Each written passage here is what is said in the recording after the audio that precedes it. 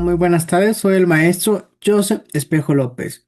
El día de hoy vamos a iniciar con la cápsula número 4 de la materia Derecho Civil 1 respecto a la unidad número 2, conocida como Otras concepciones históricas del derecho civil.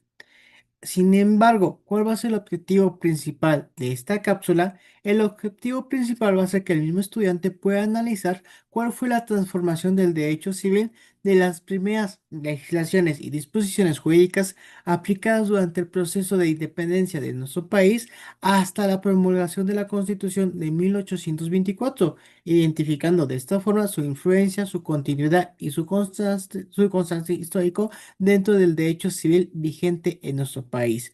Por lo tanto, poco a poco iremos estudiando cómo es que desde la independencia de nuestro país en 1821 se ha configurado nuevas disposiciones tanto jurídicas que empezaron a sustituir los modelos coloniales impuestos por la corona española y de igual forma también estableciendo nuevas constituciones así como nuevas legislaciones, las cuales tuvieron un gran efecto y una gran influencia en la nueva legislación civil en nuestro país vigente actualmente.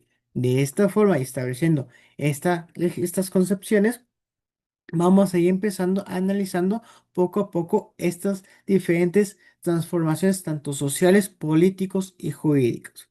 Ahora bien, vamos a empezar analizando la independencia de nuestro país, el cual, como bien sabrán, fue un movimiento tanto histórico, político, social y jurídico, el cual puso más de 300 años, es decir, puso fin a más de 300 años de dominio colonial español en el territorio de la Nueva España, es decir, en nuestro país, en nuestro país como México. Es decir, este movimiento empezó en 1810, sin embargo, culminó hasta 1821 con la creación de este nuevo país conocido como los Estados Unidos de México. Ahora bien, ¿cuáles fueron las causas principales que motivaron a este movimiento independentista? Principalmente fue la desigualdad social entre, por ejemplo, lamentablemente el sector indígena entre criollos y en este caso también entre peninsulares, la cual dio origen al pensamiento criollo jurídico, entre otros factores. De igual forma también existía una gran explotación tanto económica y un control político totalmente devastador por parte de la corona española, lo cual justamente ocasionó resentimiento entre la población de la Nueva España. Por esa razón es que se motivó lo que es la independencia de nuestro país. Sin embargo, también por interesantes que hubo factores externos, por ejemplo, la Revolución Francesa de 1789, la cual motivó justamente al Estado mexicano, es decir, a nuestro país, para poder independizarse en contra de los abusos de la Nueva España. Ahora bien, algo interesante de este aspecto es que si bien es cierto, en 1821 México logra su independencia como nación independiente de la corona española, sin embargo, no obstante, a pesar de que pasamos de una monarquía a una nación independiente, hubo aspectos interesantes de esa transición en el cual se intentaron volver a restaurar diferentes tipos de imperios. Uno de los más conocidos es el primer imperio que se trató de instaurar en la nueva nación como México, fue el imperio de 1821 a 1823 de Agustín de Iturbide. ¿Por qué es importante mencionarlo? Porque durante este periodo histórico, Agustín de Iturbide trató de imponer una monarquía constitucional, el cual argumentaba que se iba a seleccionar a algún familiar de la corona, en este caso de preferencia algún gobernante en el cual básicamente nos iba a gobernar como emperador. Sin embargo, aquí lo interesante es que, por ejemplo, en caso de que no estuviéramos conformes con que, por ejemplo, el que sea seleccionado básicamente de la familia real, en este caso estaría escogiendo a otro emperador. Sin embargo, obviamente este tipo de modelo no prosperó. ¿Por qué? Porque la sociedad mexicana ya estaba cansado de los abusos de la misma clase social, es decir, de la burguesía. Por esa razón, justamente gracias a Guadalupe de Victoria, fue que este tipo de imperio no prosperó. Tanto es así que Agustín de Iturbide tuvo que renunciar en 1823 y por lo tanto fue sentenciado a un exilio. No obstante, algo interesante que básicamente trataba de imponer a Agustín de Iturbide con su monarquía constitucional, es decir, con su imperio constitucional, fue que la única religión permitida en el país iba a ser la religión católica. De igual forma también trataba de crear a nuestro país, México, como una nación independiente, pero monárquica constitucional. Y de igual forma también estableciendo que, por ejemplo, el ejército de las tres garantías tendría que defender tanto la religión como la independencia y de igual forma también la unión. Sin embargo, podemos concluir que este modelo fue totalmente autoritario y no sirvió para poder resolver las necesidades de una nueva nación totalmente independiente. Ahora bien, antes de continuar, es importante aclarar que después de la independencia de nuestro país en 1821, nacieron dos movimientos muy interesantes, el federalismo y el centralismo. El federalismo nos establecía que se tenía que respetar la autonomía de cada entidad federativa, así como también respetar sus garantías, en este caso básicamente de poder legislar dentro de su entidad federativa y que todos estaban de acuerdo en constituirse en una república democrática. Sin embargo, el centralismo, por otro lado, básicamente nos establecía que lo correcto era reforzar lo que es el poder nacional. Es decir, básicamente nos establecía que no se debía respetar la autonomía de cada entidad federativa de cada estado y simplemente se tendría que concentrar el poder. Tanto es así que lamentablemente esta corriente del centralismo nos instruía que, por ejemplo, para que se pudiera hacer valer derechos políticos electorales, de cierta forma, a base de esta corriente, se restringían bastante. Eso es algo que vamos a ver más adelante. Sin embargo, algo interesante de estas dos corrientes es que influyeron en grandes legislaciones que modificaban de cierta forma nuestra propia legislación y a veces así que también tuvieron una gran repercusión en la historia de nuestro país. Por ejemplo, el imperio de Agustín de Iturbide. Podemos decir que básicamente su monarquía constitucional tenía una gran matiz, una gran influencia de parte del centralismo, porque básicamente era una concentración del poder. Sin embargo, no fue solamente este aspecto interesante que trató de modificar y de cierta forma también modificó la perspectiva tanto social, política y jurídica de nuestro país. Otro aspecto interesante fue la Constitución de 1824. Esta constitución era totalmente federalista. Sin embargo, es importante mencionarlo porque fue básicamente la primera Carta Magna, la primera constitución que sentó las bases de nuestro país como un sistema republicano federal, es decir, como una república federal.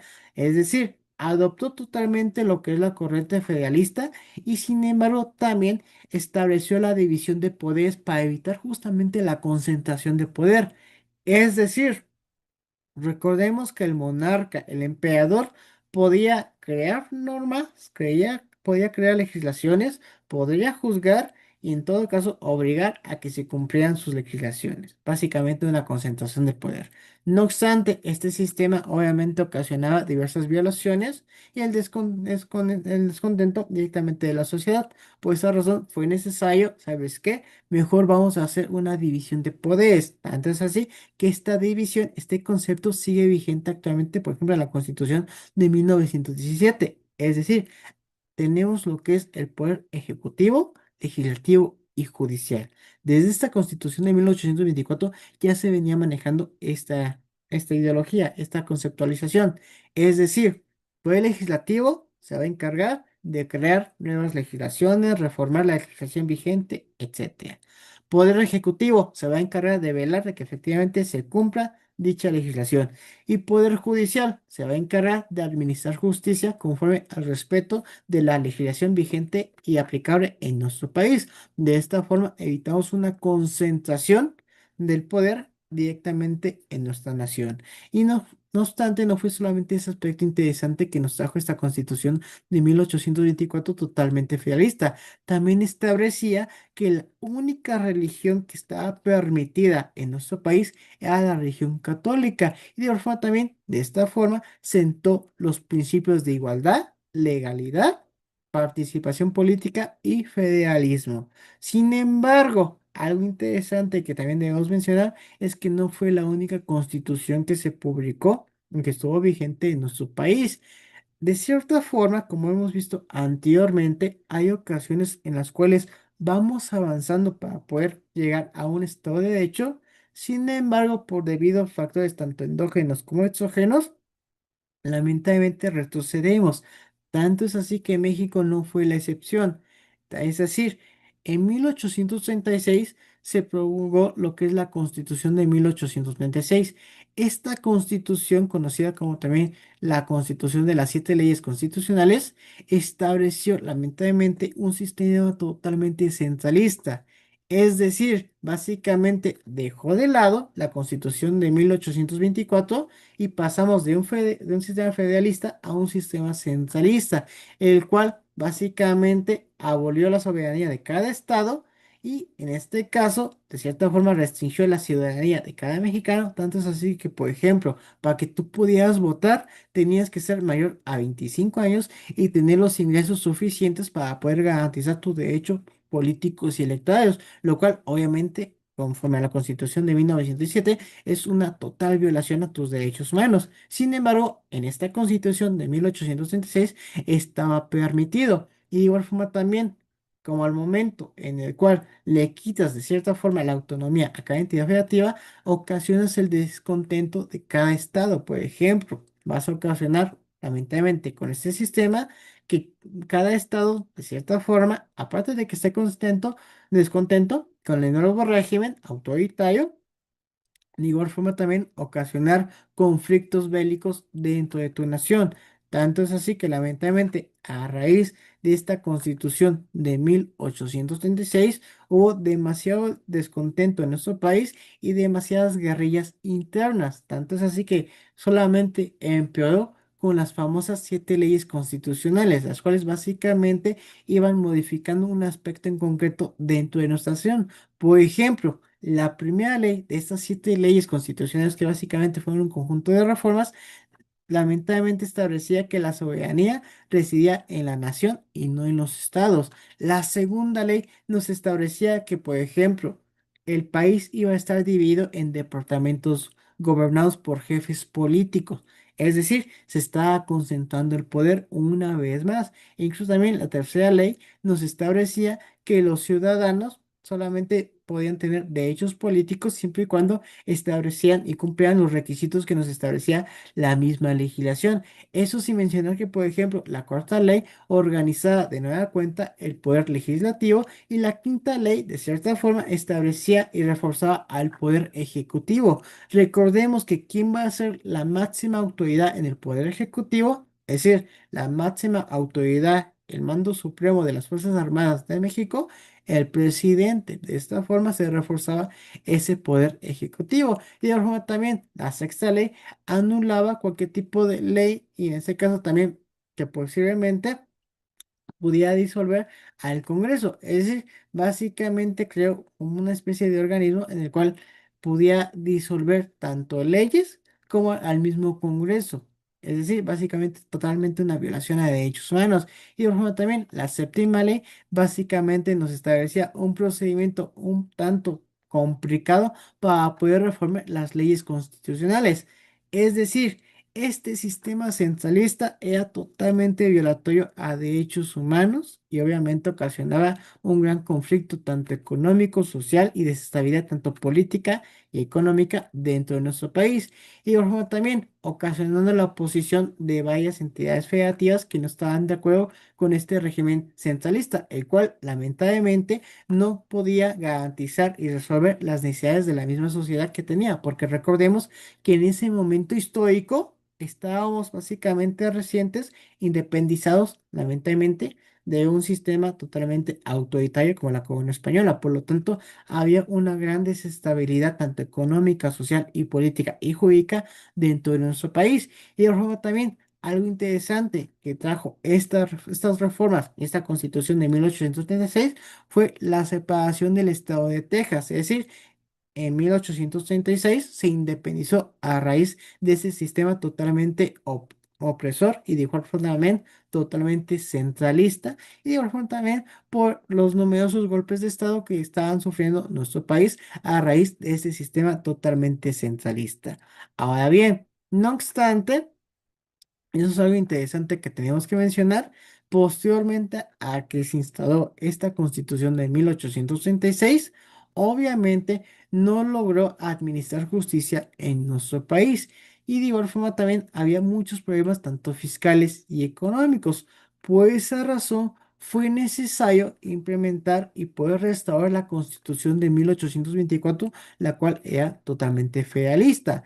Sin embargo, lamentablemente, la Constitución de 1824 no fue restaurada hasta el año de 1846 bajo el gobierno de José Mariano Salas y obviamente bajo el apoyo del general Valentín Gómez Farías. Sin embargo, lamentablemente, a pesar de que se volvió a restaurar la Constitución de 1824, dejó a un Estado totalmente vulnerado. ¿Por qué? Porque justamente había tanta inestabilidad política, social y económica que ocasionó muchos diferentes tipos de guerrillas dentro de nuestro país. Es decir, lamentablemente, el daño a nuestro país ya se había ocasionado y difícilmente, y eso es algo que vamos a ir viendo poco a poco, se iba a poder restaurar, lo cual también repercutió directamente a lo que actualmente consideramos el derecho civil vigente en nuestro país. Ahora bien, ¿por qué se los menciono? Porque para que nosotros podamos comprender, por ejemplo, la implementación de los primeros códigos, es indispensable poder conocer cuáles fueron las primeras constituciones, tanto federalistas como centralistas, que se empezaron a implementar justamente en nuestro país después de la independencia de 1821, ya como nación totalmente independiente.